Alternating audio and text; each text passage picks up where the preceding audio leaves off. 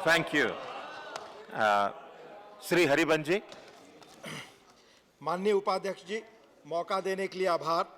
The compensatory afforestation fund bill 2016, सहज हिंदी में कहूँ तो जंगल काटने के बदले जंगल लगाने, बसाने, आबाद करने संबंधी बिल, आम बोलचाल में कैंपा, जिसे हम कह रहे हैं कि पक्ष और समर्थन में सशर्त खड़ा हूँ।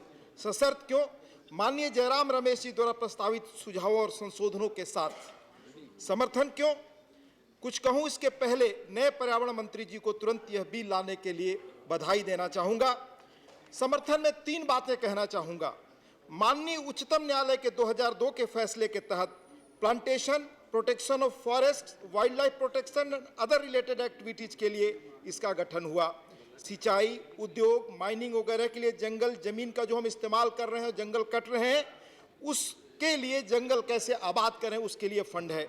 आज इसमें 42,000 करोड़ की राशि है। इस पर सूद और ब्याज अलग है। यह फंड राज्यों को जाने वाला है। इतनी बड़ी राशि अनस्पेंट रहे, वह भी गरीब मुल्क में, पिछले 70 सालों से जिस गरीबी बेरोजगारी से हम जूझ रहे हैं, वैसे मुल्क में यह सही नहीं है। इसके लिए मैं इसके समर्थन में खड़ा हूं। दूसरा कारण, यह फंड मूलतः कहां लगेगा?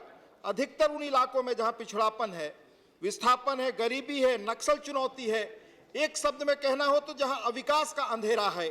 इसमें 15 करोड़ मैंडेज एम्प्लॉयमेंट जनरेट होगा, ऐसा स्पेशलिस्ट कह रहे हैं। इससे लाभ किसको अधिक मिलेगा? आदिवासियों को, जिन्होंने औद्योगिक विकास की सबसे अधिक कीमत आजाद भारत में चुकाई है। उनकी विस्थापन, पीड़ा, करुणा की अलग पीड़ादायक कहानी है। अगर सही ढंग से नीचे तक इसका असर पहुंचे तो 4 से 5,000 करोड़ रुपए हर साल सबसे गरीब तबके के बीच पहुंचेगा। इससे आय में बढ़ोतरी होगी, गरीबी से मुक्ति मिलेगी, खाद्यान्न सुरक्षा होगा, न्यूट्रिशन बढ़ेगा, एस्पिरेशनल क्लास जो उनके बीच है उसको ताकत मिलेगी, इकोलॉजिकल बैलेंस ठीक होगा, बायोडाइवर्सिटी ठीक होगा, कार्बन में कमी आएगी। सबसे बड़ी बात, आदिवासी समूह ने जो कीमत चुकाई है उसके प्रति यह आंशिक कृतज्ञता होगी व्यापक अर्थ में। दूसरा कारण, जंगल पर्यावरण बेहतर होंगे, मानव समुदाय बेहतर होगा और भावी पीढ़ी के लिए हम यह सौगात छोड़ जाएंगे। मैं अभी हाल में दुनिया के जाने माने शीर्षस्थ लेखकों में से अमिताभ घोष की एक पुस्तक पढ़ रहा था, the great rearrangement, climate change and all the unthinkable. उसमें एक जगह उल्लेख है, no less than 24% of India's arable land is slowly turning into desert and a 2 degree Celsius rise in global average temperature. इस कारण हम इसका समर्थन कर रहे हैं। पर सशर्त क्यों? माननीय सदस्य जयराम जी का कल बड़ा पैशनेट भाषण इस बिल पर सदन ने सुना। मैं आदिवासी इलाकों में पिछले 3 दशकों से हूं, उनकी पीड़ा आधुनिक विकास का मानस और शहर नहीं समझ सकता। यह राशि जंगल विभाग के सूखे मन के अफसर, मैं सूखा मन शब्द इस्तेमाल किया हूं, जिनका कोई इमोशनल एफिलिएशन जंगल से नहीं होता, मिट्टी से नहीं होता, उस धरती से नहीं होता। इसलिए ट्राइबल इलाकों में राइट्स ऑफ फॉरेस्ट ड्वेलर्स की रक्षा हो, इंडिविजुअल राइट्स, कम्युनिटी राइट्स की रक्षा हो, फॉरेस्ट एक्ट 2006 की रक्षा हो, 2000 ग्राम सभा की अनुमति के बिना पैसा जंगल आबाद करना कठिन होगा। मैं याद दिलाना चाहूंगा कि हाल में भारत सरकार ने पद्मश्री से रांची के पास के एक सिमोन उरांव व्यक्ति को पुरस्कृत किया है, जिन्होंने अपने प्रयास से जंगल को बहुत बड़े पैमाने पर डिग्रेडेड फॉरेस्ट को रीजनरेट किया। कल चर्चा हो रही थी कि नेचुरल फॉरेस्ट कैसे लगे, वो लोग ही नेचुरल फॉरेस्ट लगा सकते हैं। इस विषय पर मैं बहुत विस्तार से बोलता, पर जयराम जी ने कर बहुत सुंदर तरीके से एक एक चीज रखा है। मैं 2 बातें और इसमें जोड़ना चाहूंगा। किसान, स्थानीय लोग जंगल धरती की भाषा समझते हैं, उनका हवा और वायुमंडल से जीवंत पेड़ों से संपर्क होता है, इसलिए वो बेहतर तरीके से खर्च करेंगे। आज सूचना मैंने देखी कि चीन ने 10 करोड़ हेक्टेयर में जंगल लगाने का काम अपनी कम्युनिटी को सौंपा है, 50 बिलियन की राशि।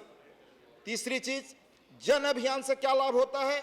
बिहार में माननीय मुख्यमंत्री नीतीश कुमार ने कुछ वर्षों पहले पार्टी सदस्यता अभियान के साथ जोड़ा कि जो लोग पेड़ लगाए हमारी पार्टी में आ रहे, करोड़ों पेड़ लगे। मैं पेड़ का, जंगल का लोकल कम्युनिटी से क्या संबंध होता है, मैं एक प्रसंग और सुनाना चाहूंगा। काका कालेलकर के नाम का यहाँ उल्लेख हुआ। काका कालेलकर ने अपने संस्मरण में लिखा है कि मध्य प्रदेश के भील समुदाय के एक बच्चे को एक बार मैं अपने साथ लाया कि शहर में रहे, काम करे हमारे साथ, पर मैं देखता अक्सर कि वो बहुत उदास रहता था, वो कुछ करता नहीं था और छत पर सोता था। एक दिन मैंने उससे पूछा, क्या तुम्हारा मन यहाँ नहीं लगता, तुम जंगल में रहते थे?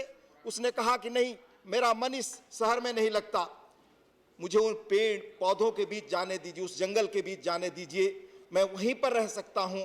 तो इस तरह से वह मानस हमारा शहर नहीं समझता। मैं अंत में 4-5 चीजें मंत्री जी से यह कहना चाहूंगा। जल्दी बोले क्योंकि आपका टाइम ओवर हो चुका है। बस 1 मिनट सर, 5 चीजें मुझे कहनी है। झारखंड के इलाके में बड़े पैमाने पर इस तरह के फंडों का पहले कैसे इस्तेमाल होता रहा है, उसका मैं उल्लेख करना चाहूंगा ताकि जयराम जी की बातों को लोग समझ सकें। इस देश ने कोयला खदानों को भरने के लिए बड़े पैमाने पर बालू के ठेके में कई हजार करोड़ खर्च किए 80-90 के दशक में, पर सर कुछ हुआ नहीं। इस फंड की हालत वही न हो जाए, यह कम से कम सरकार को गौर करना चाहिए। हर साल गर्मियों में तालाब, चेक डैम और पेड़ लगाने का जंगल विभाग अभियान चलाते हैं, उसका कभी सोशल ऑडिट हो जाए तो हकीकत पता चल जाएगा। अंत में मैं यह कहना चाहता हूं कि 22 जुलाई को भास्कर अखबार ने क्या हकीकत है सरकारी अफसरों द्वारा पेड़ लगाए जाने का, उस पर एक अच्छी रिपोर्ट दी है।